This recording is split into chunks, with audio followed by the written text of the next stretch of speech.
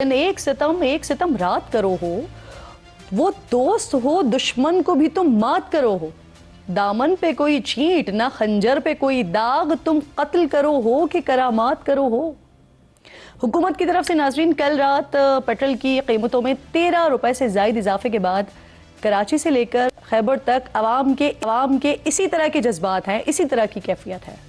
इस बार भी कीमतें बढ़ने की वजह आलमी मार्केट नहीं है, बल्कि 9 रुपए से ज्यादा लेवी का बढ़ना है।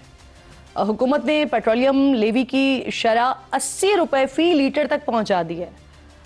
पेट्रोलियम कंपनीज का दुख दर्द शिद्दत से महसूस करने और इसका फौरी मदावा करने वाली हुकूमत ने पिछले हफ्ते भी आलमी सतह पर कम होने वाली कीमतों का फायदा मुकम्मल तौर पर आवाम को मुंतकिल नहीं किया था। बिजनेस रिकॉर्डर के मुताबिक हुकूमत पेट्रोल और डीजल पर मजीद 20 रुपए लेवी बढ़ा सकती है, यानी मुस्तकबिल में भी कीमतों के कम होने का कोई फायदा आवाम को तो नहीं मिलेगा। माजी में मियां नवाज शरीफ साहब रात में पेट्रोल की कीमतें बढ़ने को डाका करार देते थे। लीगी रहनुमा सवाल किया करते थे कि कीमतें बढ़ाते हुए दिल नहीं कांपते उनके।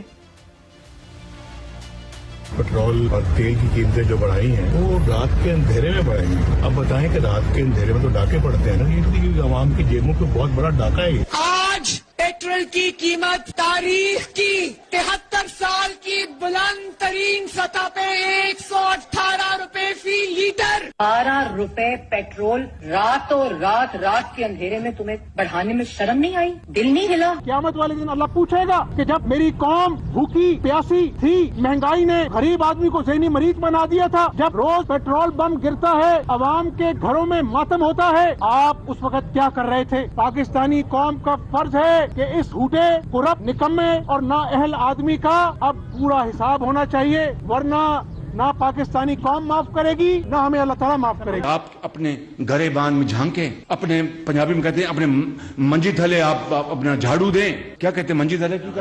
डांग दे, मंजी थले डांग दें, मंजी थले डांग दें, डांग फेरे।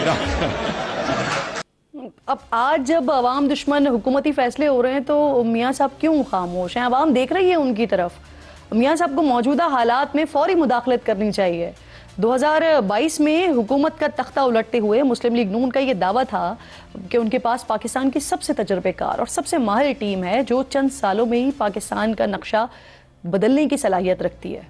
मुस्लिम लीग नून वाहिद जमात है जिसके पास वो टीम है, जिसके पास डिलीवर करने की सलाहियत है, और यही मुल्क को इन बहरानों से निकाल सकती है। हमारी बहुत शानदार मेहनती टीम है जो महंगाई का तूफान पिछले 5 साल चला, उसमें कमी लाने के लिए नवाज शरीफ दिन रात हम सब मिलकर मेहनत करेंगे। अब सवाल तो सिर्फ यही है ना कि मजमूई तौर पर 5 बजट पेश करने के बाद मुल्क की माशी सूरत हाल सबके सामने है, तो क्या नून लीग की जो तजर्बेकार हुकूमत है ये मईशत बेहतर करने में नाकाम हो गई है? बात करने के लिए प्रोग्राम में मेरे इंतहाई मोअज़्ज़ज़ मेहमान हैं, साबिक़ वफाकी वज़ीर ख़ज़ाना रहे हैं, जनरल सेक्रेटरी हैं अवाम पाकिस्तान पार्टी के मिफ्ता इस्माइल साहब ज्वाइन कर रहे हैं। आपके वक्त की बेहद शुक्रगुजार हूँ मिफ्ता साहब। सबसे पहले तो माशाल्लाह पेट्रोल और डीजल दोबारा महंगा हो गया। गुज़िश्ता 2 हफ्ते से वज़ीर पेट्रोलियम फरमा रहे थे कि ये जो तेल महंगा हो रहा है या सस्ता हो रहा है, माफ़ कीजिएगा, आलमी मंडी में, वो क्रूड ऑयल पे हो रहा है, रिफाइन ऑयल पे थोड़ी हो रहा है। लेकिन जो हकीकत है हमारे सामने, वो पिछले हफ्ते 6 रुपए 22 पैसे, इस हफ्ते 9 रुपए 64 पैसे लेवी की मद में बढ़ाए गए, यानी सीधा सीधा आंखों में धूल झोंकी जा रही है आवाम की।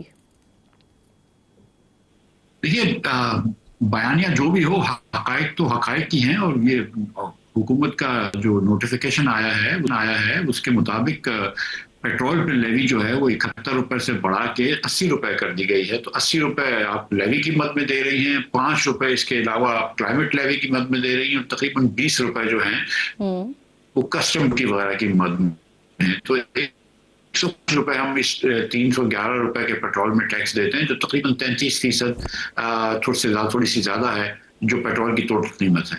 और पिछले हफ्ते में जो कीमत है दुनिया भर में वो बढ़ी भी नहीं है, सच्ची बात है, कोई पेट्रोल की। और ये जो हमने पेट्रोल खरीदा हुआ है वो तो 3-4 हफ्ते पहले खरीदा हुआ था।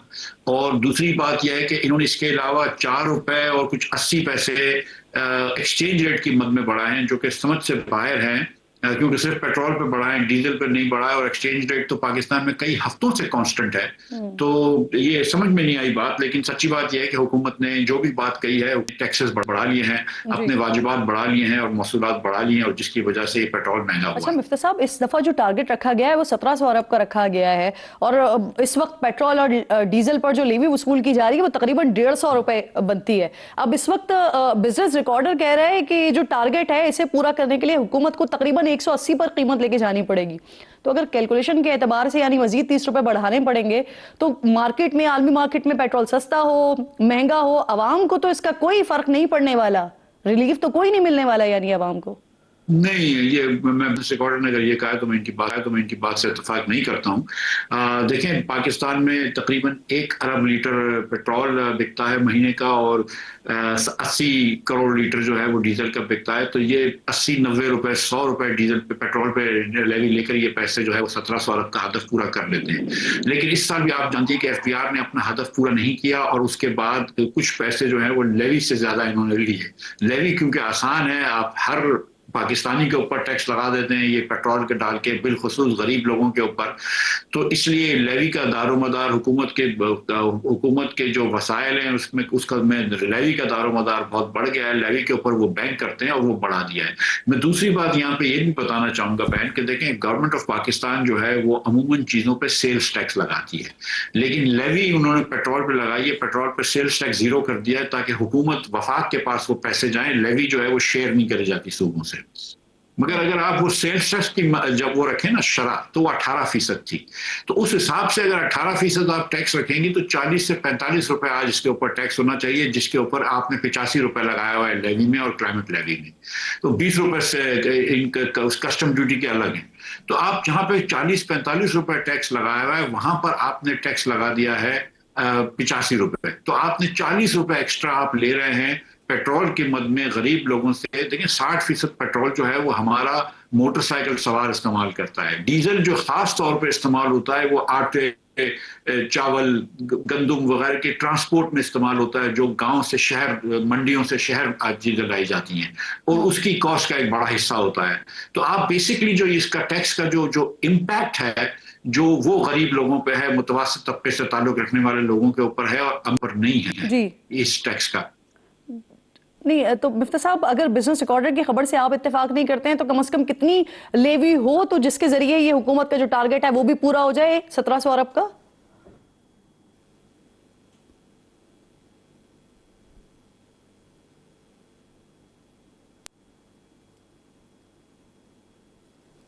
मैं समझ रहा हूँ कि जिस तरह आपने बिजनेस रिकॉर्डर की बात मुझे बताई है, मैं उसकी नफी कर रहा हूँ। मुझे नहीं लगता कि बिजनेस रिकॉर्डर ने ये कहा होगा। देखें, सिर्फ पेट्रोल पे लेवी नहीं है। हम पेट्रोल से अगर 80 रुपए लगाए मिसाल के तौर पर, तो हम साल में 960 अरब रुपया पेट्रोल से ही जमा कर लेंगे। लेकिन साथ साथ डीजल पे भी 70 रुपए लेवी लगी हुई है ना, तो 70 से आपको उस पर भी 56 करोड़ रुपया महीने का मिल जाए, 56 अरब रुपए महीने के मिल रहे हैं, तो वो भी 300-400 अरब मिल रहे हैं।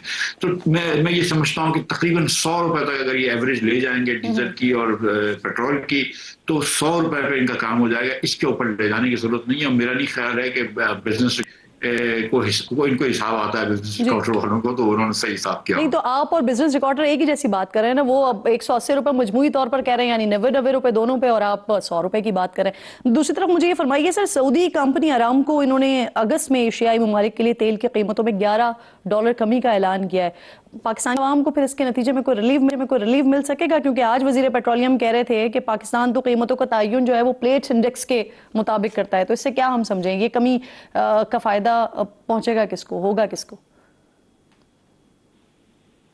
देखिए, हुकूमत पाकिस्तान ने ये फैसला किया है कि हम अपनी जो प्राइसिंग है ये प्लेट्स इंडेक्स के मुताबिक करेंगे। ये फैसला 2019 में इमरान खान साहब की हुकूमत में किया था, और इस फैसले में कोई गलत बात नहीं है। हम डीजल की भी कीमत उससे करते थे और पेट्रोल की कीमत भी उससे करते थे। उसके बाद जब ये जंग शुरू हुई तो डीजल, जो तैयार डीजल होता है, रिफाइंड डीजल, वो बहुत महंगा हो गया प्लेट में, क्योंकि उसकी शॉर्टेज हो गई थी। उस वक्त मैं मिसाल के तौर पर ये कहता था कि देखो, आप इस फार्मूले को चेंज कर दो। ये फार्मूला उस वक्त सही था, लेकिन अब के जंग के हालात के बाद ये फार्मूला ठीक नहीं है, क्योंकि हम 70 70% अपना डीजल पाकिस्तान में बनाते हैं और रिफाइनरियों को बहुत ज्यादा प्रॉफिट दे रहे हैं। हमारे भाई अली परवेज साहब काफी अरसे तक इससे डिनाई करते रहे, लेकिन इवेंचुअली हुकूमत ने वही किया जो मैंने कहा था। और अब हमने सुना है कि प्राइम मिनिस्टर साहब ने इस बात का नोटिस भी लिया है और इंक्वायरी भी उठाई है कि रिफाइनरीज का इतना नफा कैसे हो गया। तो प्लेट्स का जो फार्मूला है वो खुदा न खास्ता कोई कुरान मजीद फुरकानुल हमीद में नहीं आया हुआ। अगर आपको ये लग रहा है कि इस प्लेट्स के फार्मूला मुनासिब नहीं है तो आप कंपनियों को लेकर बैठे और फार्मूला चेंज कर दें। नंबर 1। नंबर 2 बात ये कि देखें वो जो सऊदी अरब डिस्काउंट दे रहा है वो अपनी अरेबियन लाइट पे दे रहा है, वो बड़ी अच्छी बात है। उस डिस्काउंट का अगर हमको भी फायदा मिल सकता है और हम एक्चुअली उसकी भी प्राइस के हिसाब से कर सकते हैं, तो मतलब हम उसके प्लेट के फार्मूले को बिल्कुल चेंज कर सकते हैं। अगर हमारे लोगों को खासतौर पर PSO को और जो डिफाइंड जो अनरिफाइंड ऑयल क्रूड ऑयल लेकर आते हैं उनको सस्ता पड़ रहा है तो हम उनकी कॉस्ट पे एक्चुअलाइज कर सकते हैं, इसमें कोई इतनी बात नहीं है। लेकिन ये कि हुकूमत को ये करने वाला होना चाहिए। गुजारिश ये है कि देखें इस बार भी जो प्राइस बढ़ाई है वो कंपनियों को प्राइस नहीं बढ़ा के दी है, ये let's just be very clear about this. थोड़ा सा कंपनियों को फायदा हुआ है, लेकिन असल में जो प्राइस बढ़ाई है हुकूमत ने अपने आप को टैक्स बढ़ा दिया है। अब आप अरेबियन लाइट जो है वो जितना भी सस्ता ले आए, $10 का ले आए, अगर हुकूमत सारे के सारा टैक्स बढ़ा देगी तो कीमत तो सारे की कीमत तो कम नहीं होगी ना। तो हुकूमत ने यही किया है ना कि आपने जो ₹13 कीमत बढ़ाई है उसमें से आपने ₹9 लेवी में बढ़ा दिया, एडजस्टमेंट में बढ़ा दिया, बाकी कंपनी को कुछ नहीं मिला इसमें।